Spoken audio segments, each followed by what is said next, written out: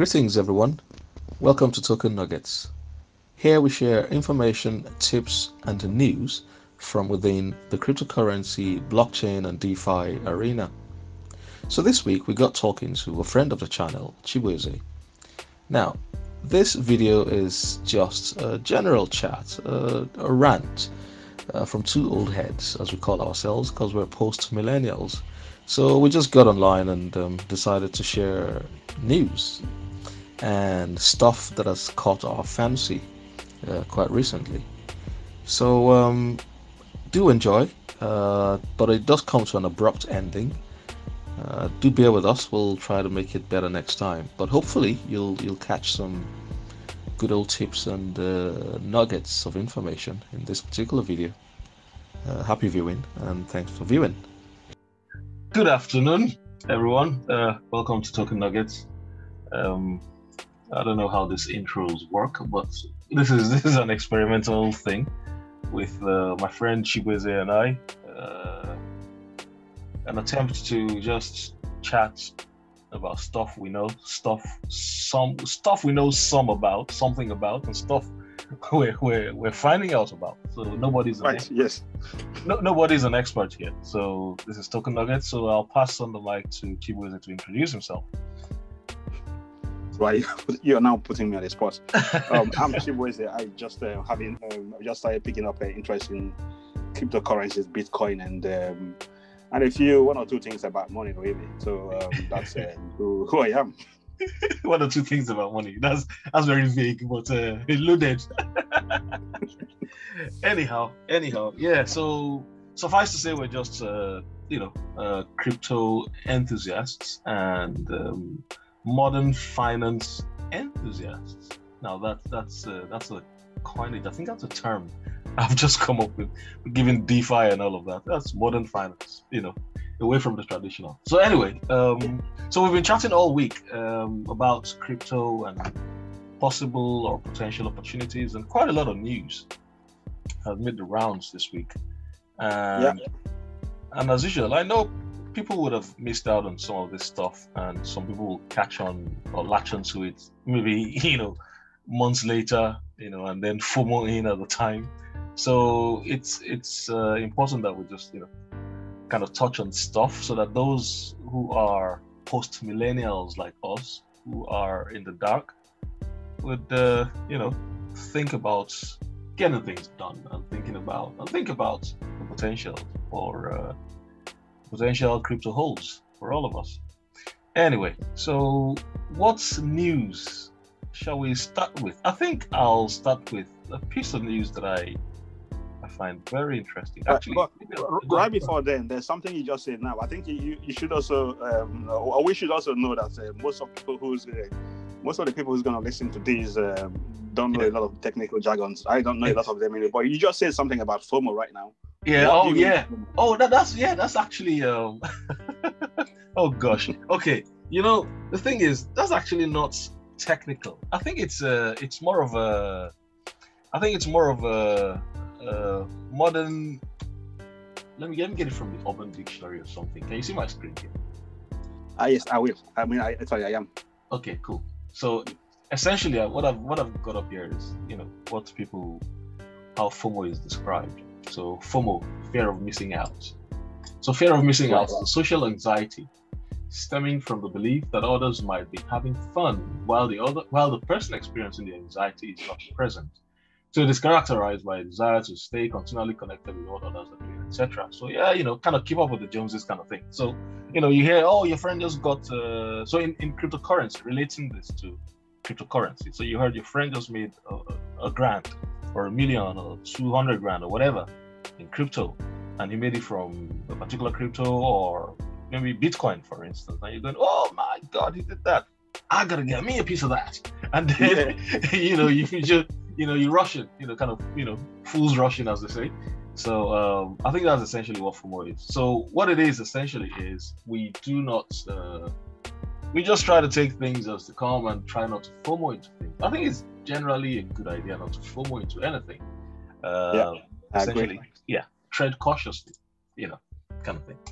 Yeah. So how about you? I was gonna go with the news, but do you have any news before I jump into mine? Because I have loads. I spam. I think I was a spam. You're one of the people I spam regularly with my crypto-related content. Well, I mean, speaking of that, I think for me, I know it took me quite a while for me. I mean, the first time I heard about it, obviously, I thought it's some scam, and even when you started talking about it, I was like, "What is this guy talking about?" I mean, you know. So yes, I think that's probably one thing I need to say. You know, even me, most people who know me already will be like, this guy, I mean, he used to talk about cybersecurity. Now he's talking about crypto. Well, I haven't stopped talking about cybersecurity. I'm still talking about it. I'm still talking about crypto as well. I think that's what I need. That's part of the introduction I missed as well. So true that. I think it needs to be said as well that Chibueze is keen on cybersecurity, and he's quite. I think people should. What's your Twitter handle? So that folks should let me actually look for you on Twitter. What's your Twitter handle again? Well, check at Chibueze. Okay. See if you find it. I think I have your. No, saying that, actually, you know what I'll do? I'll put you on the spot here. You actually gave me my first laugh of the day today, and let me. I hope I can share that. I hope I can share that actually, because that also has a link to your Twitter thing. That was so good because it gave me a good laugh, and I shared it with a couple other people, and they went, "Oh my god, that's funny." Okay, so oh man. Well, I also have to warn if anybody wants to follow me on Twitter anyway. Like I say lots of rubbish there. So I'll just show this quickly. This was what you sent earlier on Twitter. So somebody said, you know, if you bought $100 of Bitcoin in 2010, you'd have 47 million plus right now. And then I think a friend of yours was, you know, who was the one who posted this tweet. Yeah. And then he replied, Asemota replied and said, that opportunity is gone. Let's look for the next one. Africa is a great bet, you know. And then you came back and said, I refuse to think like if you bought X number of Bitcoin or whatever coin in 2010, you'd have YM right now. Forget it. Move on. Why you sound this way? You sound like a silly ex who missed his or her chance to secure a great person he or she would never come back. Move on. I think that was hilarious. And one of the guys I sent it to went, whoa, that is so spot on. Kind of thing. So so that was an interesting one, and I thought, you know. But anyway, back to the news thing. I think I'll share your next time. I should just share your Twitter thing. That's right. On here. Anyway, so let's talk about news for now. Let's talk about the news. What's going on? I think that's very important. What's your first pick of news for this week? What's your first pick? This week? Yeah. Today is Saturday. Yes, of course. This week it was Elon Musk, dumping some money in Bitcoin. Wasn't it? Yeah. That was the top news, I think. That's top news. Yes, that's one the whole world. Elon Musk and his thing, and then down during the week as well. Another thing happened, which I thought, are these people really trying to do something? It was an announcement by Jack Dorsey and Jay-Z. Teaming up to do something around setting up a Bitcoin trust in Africa, and I thought that's very interesting. Did you catch that news? Oh yes, I did hear about Jack and the Jay-Z. Throwing some money as well. I think they were like trying to set up some kind of trust or something. I don't know what that means. I caught that as well. Yeah. Okay. So all of that's interesting. That is interesting. And another piece of news, finally, well, not finally. Let me actually start with this one. Copy link address. So the first piece of news quickly is this one. So which says Wall Street banks almost ready to embrace Bitcoin. Okay. So now again, a lot of people would say, "Oh, that's a good thing," but then again, is it? Because cryptocurrency, that defeats the whole purpose of cryptocurrency. So the banks still want to muscle in. Yeah, they still want to muscle in somehow. So that's an interesting one. And then, people should do some more research about this and see how they feel. But it's one to just bear in mind. So do we hodl? Do we sell? Kind of thing. That's for everyone to sort of make a decision about. And one other piece of news here. This one here. Let me copy that. It is actually now there are two of them. Two news items. So the first one is this one. Mm-hmm. Amazon set to launch its own digital currency. Now that is very interesting. I think I missed this one. This is very interesting. Very interesting. Now, what I said is, what I said earlier, I said it'd be nice to I want to follow this up with another piece of news. But we will delve into both together because side by side, they are interesting. Check this out. Not that one. So, okay, so here, copy. Yes, so this here. This, I think, is very interesting. So you have these two giants talking about this. Did you see? Can you see this? I can see Apple there. I can see Apple. So Apple hints at behind-the-scenes blockchain work in new SEC filing. Interesting. And so we have Amazon set to launch its own digital currency, and then we have Apple also hinting at this. Okay, so again, we're going to try and keep this very brief and straight to the point. But one thing that's it just reeks of a subtle competition between these two giants. Mm-hmm. And you can tell that once these guys hit the ground running with theirs, there's no stop. There's gonna be no stopping them, because they already have an entire ecosystem that's like a whole new universe with all of us living in it. And they can choose to jettison fiat currency and use their own. Yeah. Speaking of which, it needs to be emphasized that these guys are. People already know, but it has to be emphasized, and people need to be reminded how big these guys are.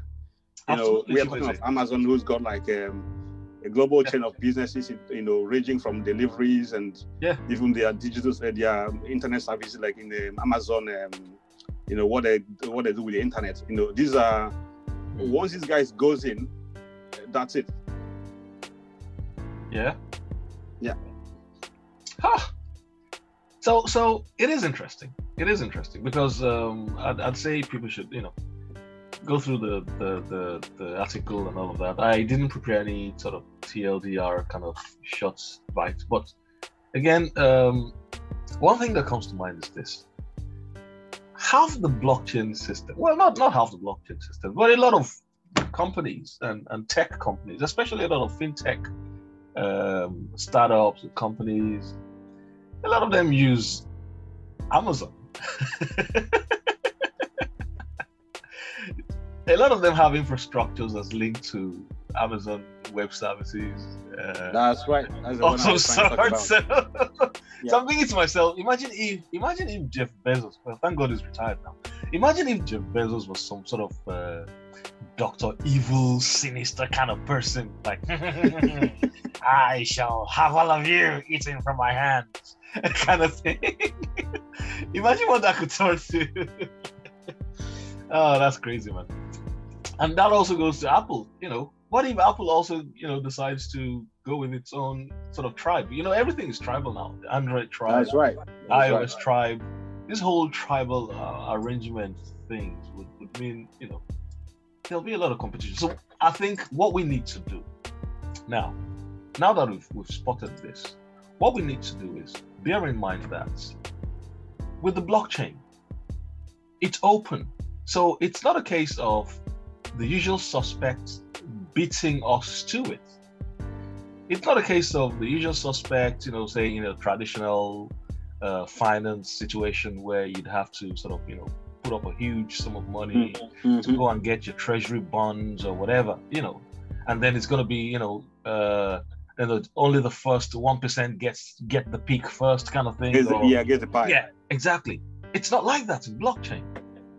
Your average Joe on the streets, your average guy working at your deli, your average, barista working, serving you coffee every day at your local coffee shop can buy his own tokens, without having to, without needing to resort to any sort of form filling or DNA tests and KYC. Well, some KYC might be necessary, but no blood's drawn, No, no blood type, blood sample.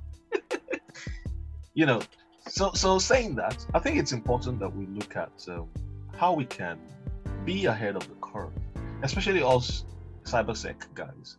I particularly enjoy OSINT, open source intelligence. I love that. Yeah. I enjoy doing that.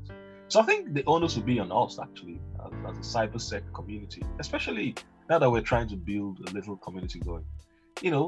Let's go find out information that isn't out there kind of thing, but stuff that's hidden or buried within stuff that's out there. You know what I mean? So when a piece of news like this hits the headlines and it's public domain, well, they've gotten the hint from somewhere, and I can tell that they've got that hint from the new SEC filing. So this would be public documents. Yeah. So from that public document, I'm sure we can find that document here, and then find out the main and then the rumor is out. The rumor is out, bro. You know what I'm saying? Find out the main actors in this document, and then of course we can put 2 and 2 together, and then go outside of this document as well. So let's attempt to be ahead of the curve, and maybe we'll be doing ourselves a lot of good, and other people as well. So sharing information out there, information that's out there. Am I seeing iChain? Aha. So when iChain, so those details aside, the filing doesn't touch on what Apple Watches might want. What exactly is it saying on iChain? Yeah. So they can have their own chain. Listen, of course, Apple wouldn't do anything without the I. Without an I. Yeah. So that is interesting, and I think it's one we should not sleep on, if you know what I mean.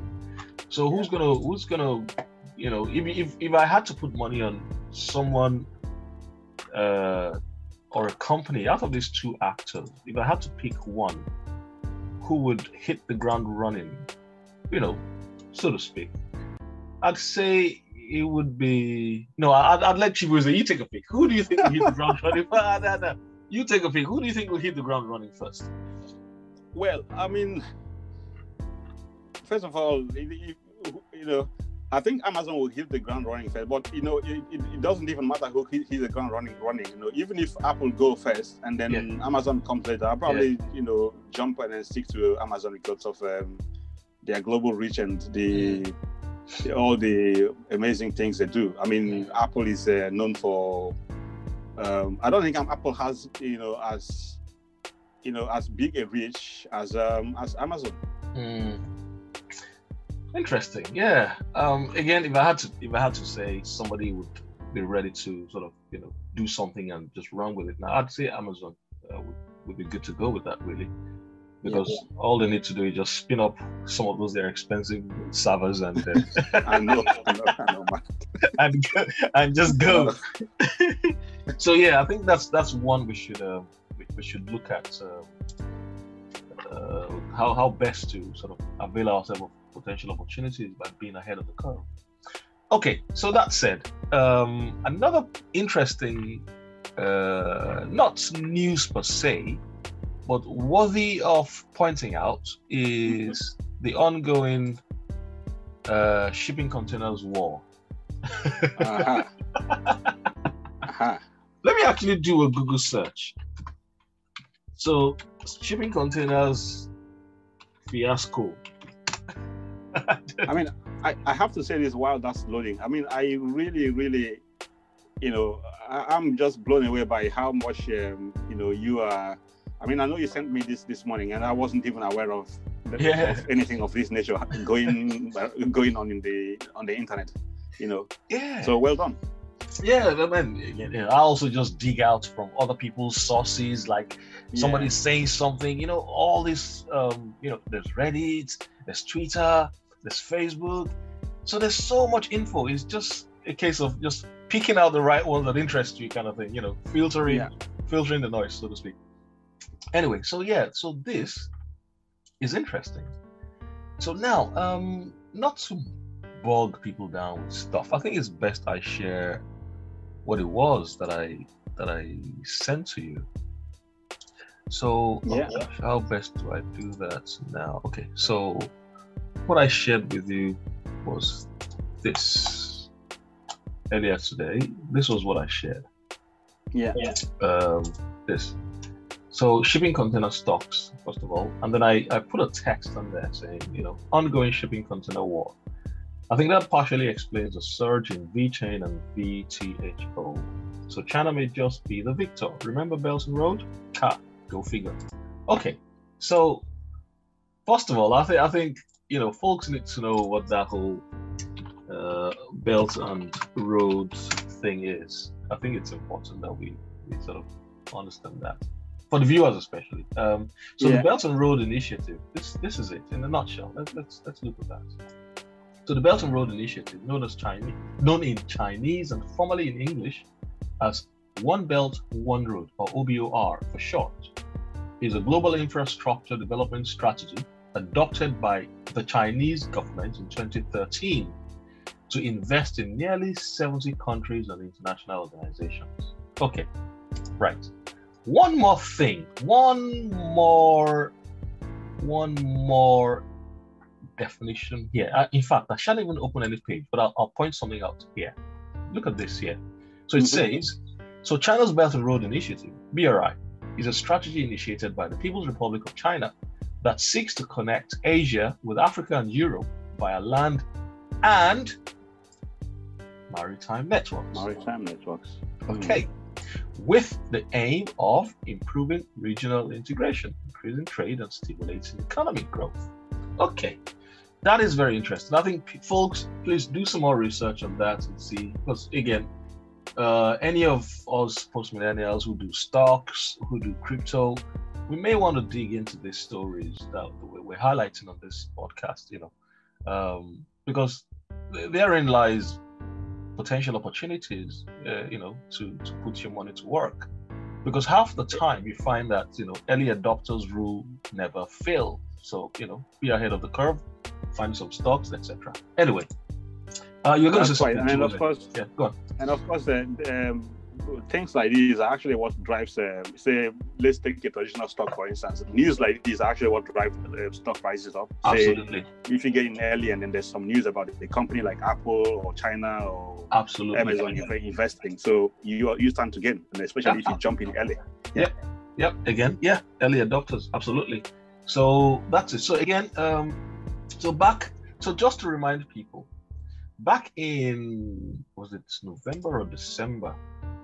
November or December, we shared a video on our channel called let me see if I can bring that up, because it's important to point out that we have created a video. We created a video previously on VeChain as a token to pay attention to. So let's see. Just so I can the token you got one, right? Pardon? The token you got one. Yeah. Did you get the VeChain? The title was cryptocurrencies to pay attention to. Remember that? Yeah, that's right. That's right. Yes. Sorry, one sec.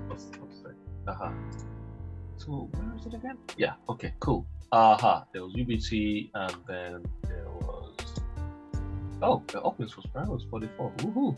So this where is it again?